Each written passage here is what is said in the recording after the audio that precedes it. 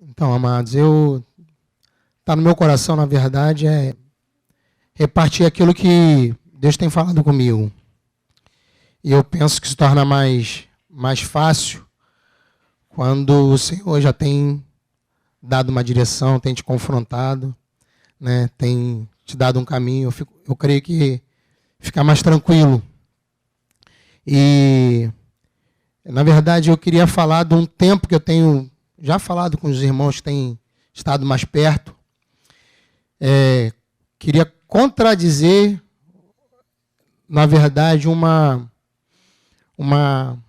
consciência que eu penso que nós temos de que nós não podemos oferecer ao Senhor muita coisa. Quando a gente faz uma comparação entre nós e Deus, parece que a gente sempre, na verdade, sempre vai ficar devendo. Mas essa questão de que eu não posso dar nada ao Senhor, isso não é verdadeiro.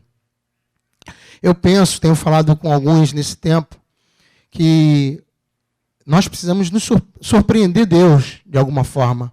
Nós temos, se nós aplicarmos o nosso coração, nos voltarmos para Ele, nós temos como chamar a atenção do Senhor. E daí tem algumas figuras na palavra que eu olho e falo assim, inveja eu sei que é pecado, mas eu fico com uma expectativa de poder, né, agradar o coração do Senhor de tal forma, surpreender Deus a tal forma. Por exemplo, aquela mulher sirofenícia que buscou do Senhor um milagre, buscou do Senhor algo, e aí Jesus fala para ela, eu não posso tirar da mesa e dar para os cachorrinhos. E ela fala para Jesus, mas Senhor, os cachorrinhos também comem das migalhas que caem da mesa. Isso me impressiona profundamente. Se olha para ela, ela consegue tirar do Senhor algo. Estava falando essa semana também com os irmãos sobre um outro episódio, que está no livro de Lucas, de que um homem que queria o seu empregado curado, de que ele estava doente, enfermo, gravemente, até a morte. Estava a ponto a morrer. E diz que esse homem pediu que alguns anciãos fossem até Jesus para que Jesus pudesse curá-lo. E aí Jesus se dispõe, na verdade, o argumento dos anciãos não era eu penso que era meio político. Ele falou a respeito daquele homem, Senhor, que esse homem aí, ele construiu sinagoga para nós, é um amigo do povo, esse homem era um centurião, era um romano, e aí ele envia os anciãos, Jesus se dispõe a ir, e antes que ele chegasse na casa do centurião para curar aquele homem, esse centurião manda os amigos dele e fala assim, olha, não precisa entrar na minha casa, eu não sou digno de que tu entres na minha casa. Mais do que isso, por isso que eu nem fui te pedir, eu poderia ter ido pessoalmente, mas diz que ele não foi, porque ele não se via digno de tal forma de receber Jesus. E a impressão que dá no momento que a gente está lendo esse texto, parece até que Jesus está batendo papo com esse centurião. O centurião está falando da situação dele, para Jesus não ir na casa dele. Mas a verdade é que Jesus estava falando com os amigos do centurião. E aí Jesus fica impressionado com a fé daquele homem, volta para quem estava acompanhando ele e fala assim, olha, nem aonde? Nem em Jerusalém eu vi tamanha fé.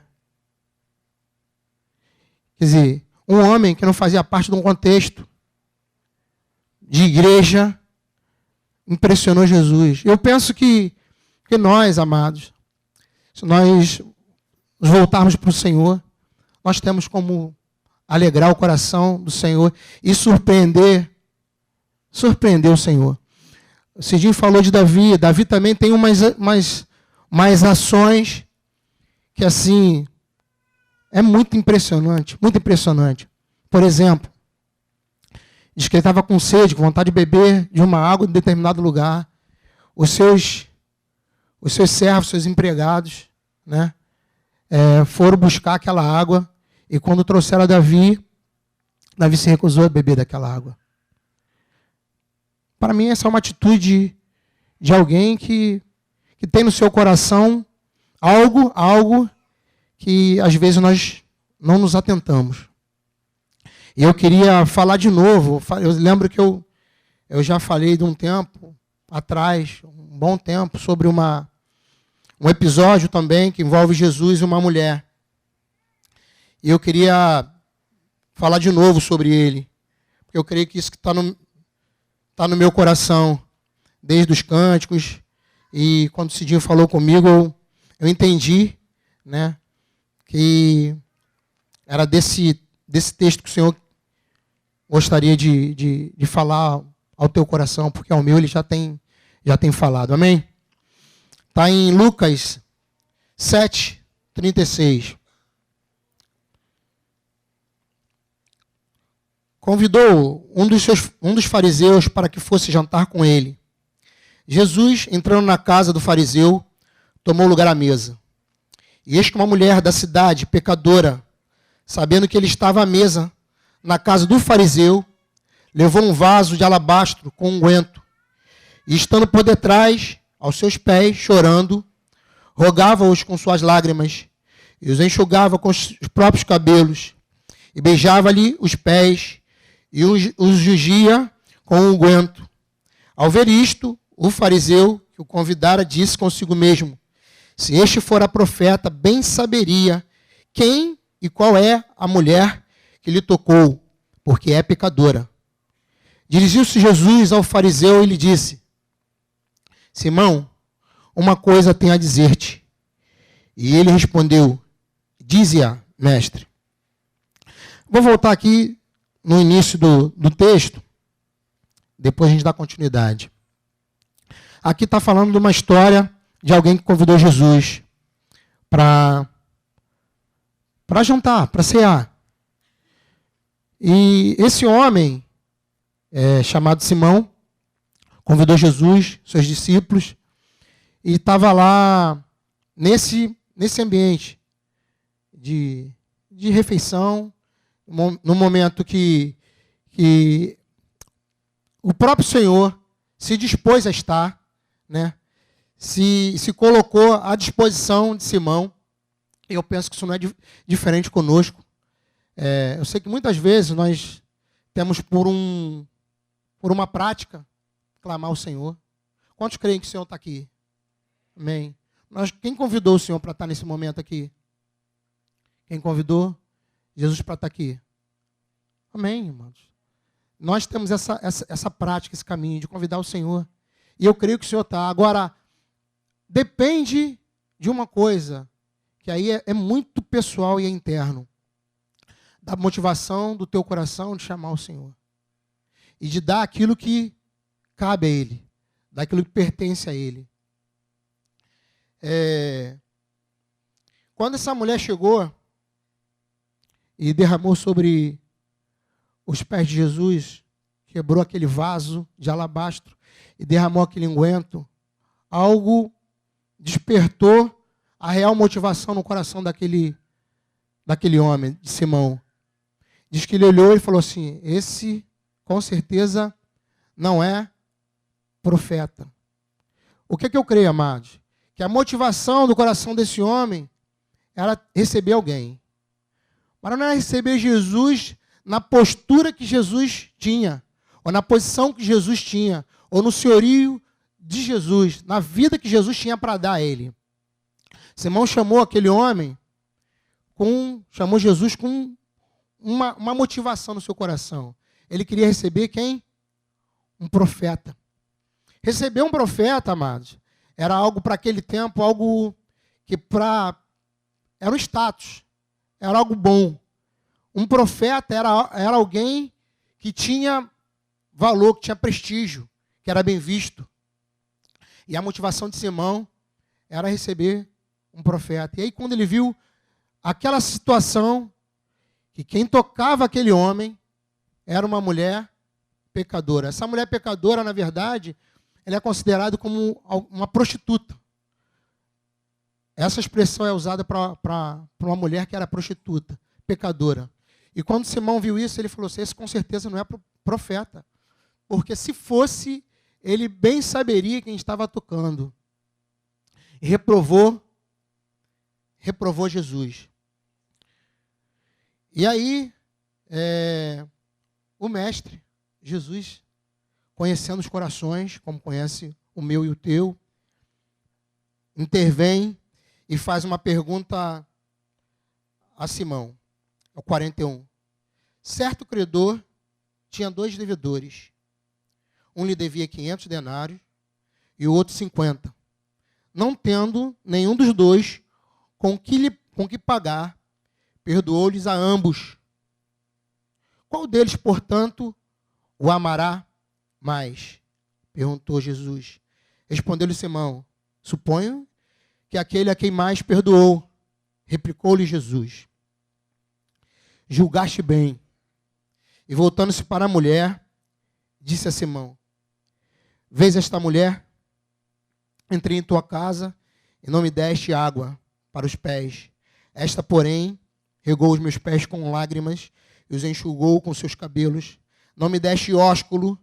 Ela, entretanto, desde que entrei, não cessa de me beijar os pés. Não me ungiste a cabeça com óleo, mas esta com bálsamo ungiu os meus pés. Jesus, na verdade, confronta Simão. Por quê? Porque aquilo que era básico para a vida de alguém que recebia, Simão deixou de fazer. Era comum para o povo judeu, a pessoa que chegava, eles lavaram os pés, beijar e ungir. Isso era comum. Qualquer pessoa, qualquer convidado naquele tempo, esse era um princípio básico. E diz que Simão, na verdade, negligenciou uma coisa que era muito simples. E aí eu trago para nós, mais uma vez, a gente vai traçando um paralelo, e para mim é um confronto. Por quê, amados?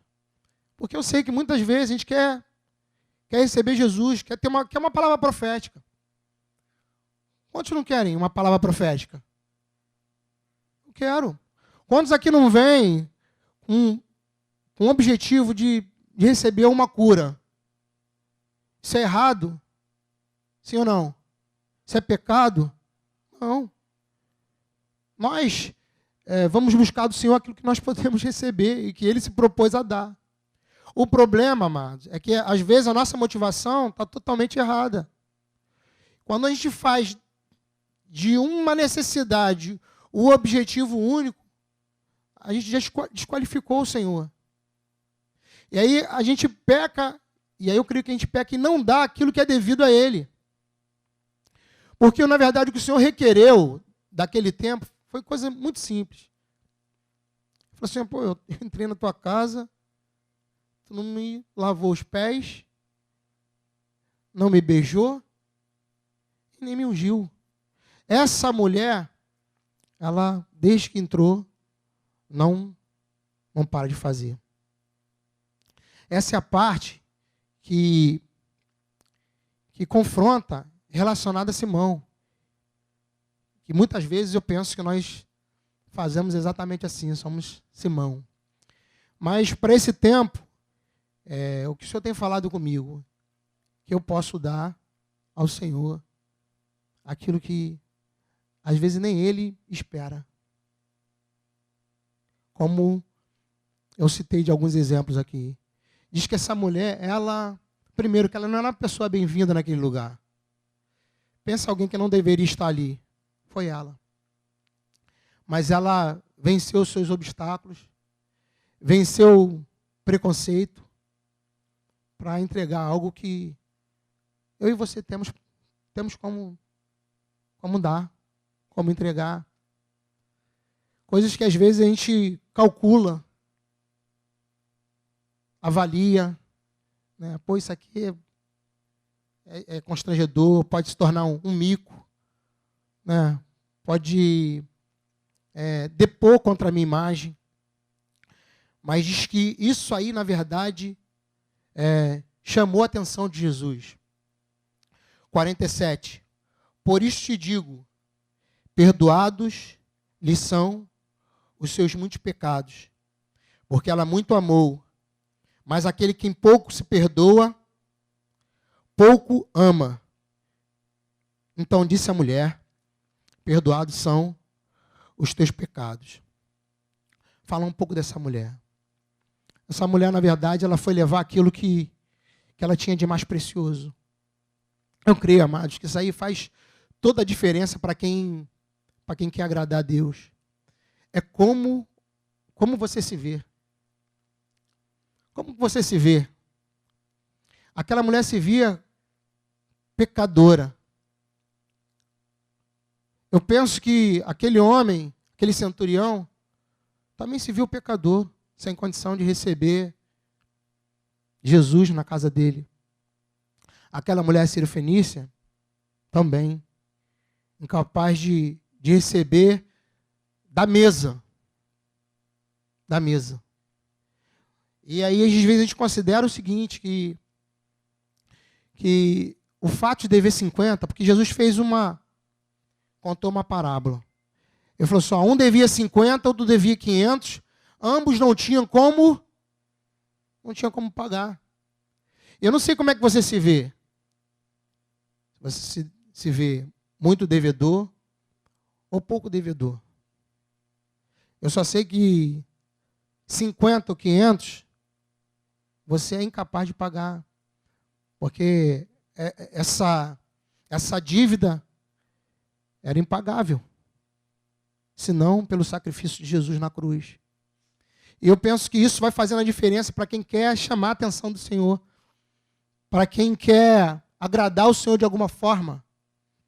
É como você se vê, quanto você deve, porque a quem mais perdoou, mais amou. Foi o destaque de Jesus para aquela situação.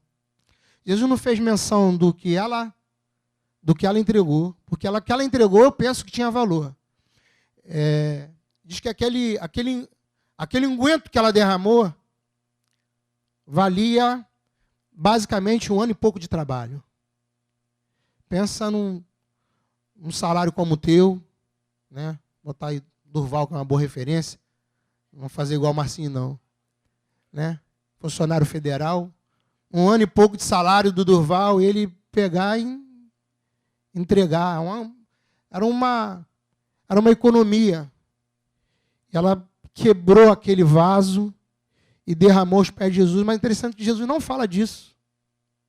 Jesus falou simplesmente de um beijo, de um ósculo, né? de lágrimas e de ser ungido.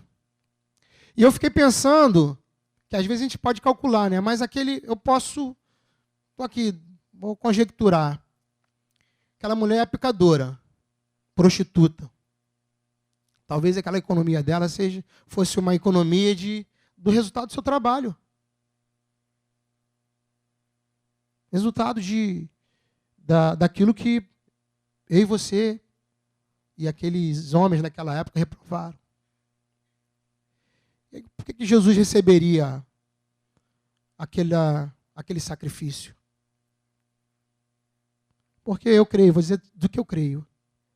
Porque eu creio que tudo que nós temos, precisamos lançar aos pés do Senhor.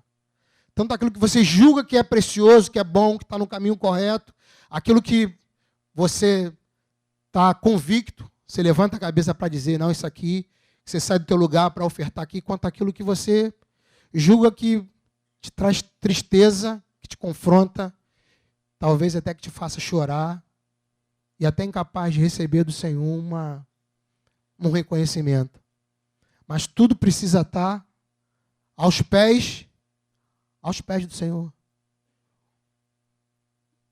Então nós, amados, temos como entregar ao Senhor algo, surpreender o Senhor. A expectativa, o desejo do meu coração é que, não sei como, de verdade eu não sei, mas que em momentos, ou um momento qualquer, em qualquer lugar, sob qualquer circunstância, se eu poder olhar, eu poder tirar do Senhor um sorriso e atraí-lo para mim.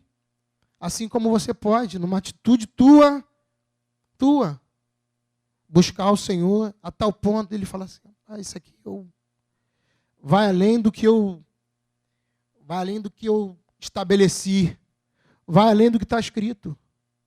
Eu sei que se eu, por exemplo, uma atitude de deitar aqui nesse lugar agora e falar deitado pode chocar você e, quanto à minha pessoa, gerar um constrangimento. Pô, estranho, o cara deitou, né, ou ajoelhou, ou sentou.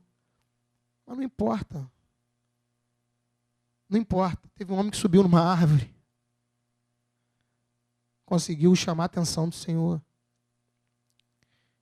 Na verdade, o que eu gostaria, do recado que eu gostaria de dar, amados, é que você e eu temos como atrair o Senhor, chamar a atenção dele a tal ponto dele poder se alegrar e fazer referência, fazer menção disso eu gostei. Aquele homem, eu creio que foi Simão, ele foi confrontado em algo que ele deixou de fazer. Algo simples. Que eu penso que também nós negligenciamos. Às vezes a gente chega aqui, né, considera às vezes até a pessoa que está do teu lado mais importante do que a própria presença. Cidinho colocou aqui sobre a questão vou chamar de disciplina. Não por causa do lugar, mas por causa da pessoa que está. Por causa da presença do Senhor. E às vezes a gente valoriza uma conversa, um momento que eu penso que não é pecado. Mas se a gente parar, for criterioso e avaliar as coisas assim com zelo, pode ser que o Senhor considere isso. Porque é uma coisa simples, assim como lavar os pés, beijar e ser ungido. Compreende o que eu estou falando? Sim ou não? Recebe? É isso que está no meu coração. Assim, e aí Jesus liberou uma palavra que eu creio que é o que o próprio Simão tinha por expectativa. Estava conversando outro dia em um lugar e o Gomes fez essa referência. Porque aquilo que aquele homem queria receber, que era um profeta, essa mulher que era pecadora, teve a oportunidade de receber. E diz, por isso te digo, perdoados lhe são os seus muitos pecados, porque ela muito amou. Mas aquele a quem pouco se perdoa, pouco ama. Então disse a mulher, perdoados são os teus pecados. Ela teve a oportunidade de receber do ministério profético de Jesus, que olhou para ela e supriu aquilo que, na verdade, ela precisava. Tirou sobre ela aquele jugo, aquele peso que tinha do pecado, dos seus muitos pecados. Bom, para terminar aqui o texto, os que estavam com ele à mesa começaram a dizer entre si, quem é este que até pecado perdoa, ou que perdoa pecados? Mas Jesus disse à mulher, a tua fé te salvou, vai em paz. Eu creio que toda palavra escrita,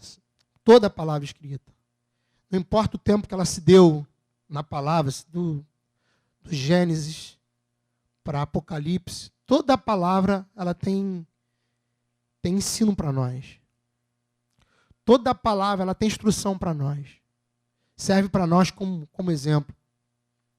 O próprio Jesus, quando estabeleceu todas as coisas relacionadas à palavra, o próprio Deus, usou figuras que pudessem nos atrair para Ele, nos fizesse entender quem Ele é, a forma que Ele age, qual o desejo que Ele tem, o caminho que Ele faz. Toda figura, quando se fala da igreja, como exército, está falando alguma coisa. Né? Esse homem, esse centurião, ele pôde discernir a autoridade de Jesus, porque ele conhecia o que era exército. era um oficial, ele sabia do padrão e dos princípios que habita na questão da hierarquia. E aí pôde compreender a autoridade de Jesus. Como família, nós podemos compreender e fazer disso uma figura para nós compreendermos o que é a igreja. Tem outras figuras, tem família, tem exército, tem corpo. Para alguns mais, principalmente quem estuda, né? Consegue discernir melhor. Mas a verdade é, tudo isso, para mim, tem que te levar para Ele. Fazer você se render, ter o teu coração confrontado por Ele, inclinado para Ele, disposto a entregar aquilo que você tem também, mas principalmente aquilo que você é. E ainda que o julgamento a teu respeito seja assim, pô, fulano de tal é assim, é muito alma cansada, é pecador ou pecadora. Eu não sei, aquilo que pode, de alguma forma, macular você, ou aquilo que você tem por imagem. Mas eu creio, amados, que aquilo que você tem e você pode se render ao Senhor e fazer desse momento um tempo totalmente agradável, proveitoso, que o Senhor receba. Acho que o maior beneficiado nessa questão toda aí, para mim, foi essa mulher, que pôde desfrutar de Jesus, da palavra profética, de ser livre dos seus pecados, de poder ter sido marcada na geração dela, porque Jesus falou que ela fez ia ser notado enquanto houvesse palavra. É algo que nós precisamos entender e sujeitar a nossa vida, o nosso coração. Eu penso que o caminho para isso é a gente reconhecer o quanto nós somos pecadores, o quanto nós devemos, porque à medida que você se vê devedor, é o tamanho que você vai poder desfrutar do perdão. E a quem mais amou, mais perdoou, ou quem mais perdoou, mais amou. Eu creio que é isso que o Senhor quer para nós nesse tempo. Temos os olhos abertos para isso. Amém? Tranquilo? Esse é o recado que eu penso que pode abençoar o teu coração. Pode confrontar você e te levar para um caminho sobremodo excelente, que é o amor. Amém? Tem uma canção que fala a respeito, na verdade, desse episódio. E o pessoal do Grupo Caseiro com certeza sabe. Que diz: Senhor Jesus, quero beijar teus pés. Amado Jesus, eu quero beijar teus pés como aquela mulher. E aí, como aquela mulher, sabe que não necessariamente você tem que... Porque não dá mais.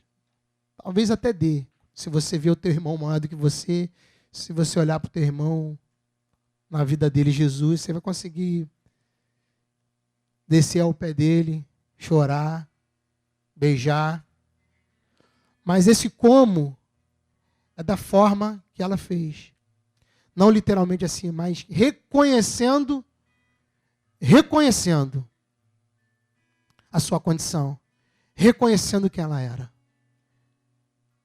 Amém? A gente pode cantar essa canção e você refletir nela, ver qual é a tua disposição de você beijar os pés do Senhor, ter a atitude que aquela mulher teve, descer como ela desceu, vencer os preconceitos, estar naquele lugar, entregar aquilo que ela tinha. Eu sei de uma coisa: o Espírito Santo, ele é capaz de dizer exatamente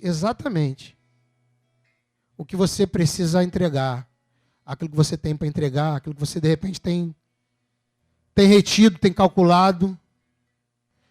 Volto a dizer, quer seja positivo ou negativo, eu creio que você precisa entregar e ter atitude como essa.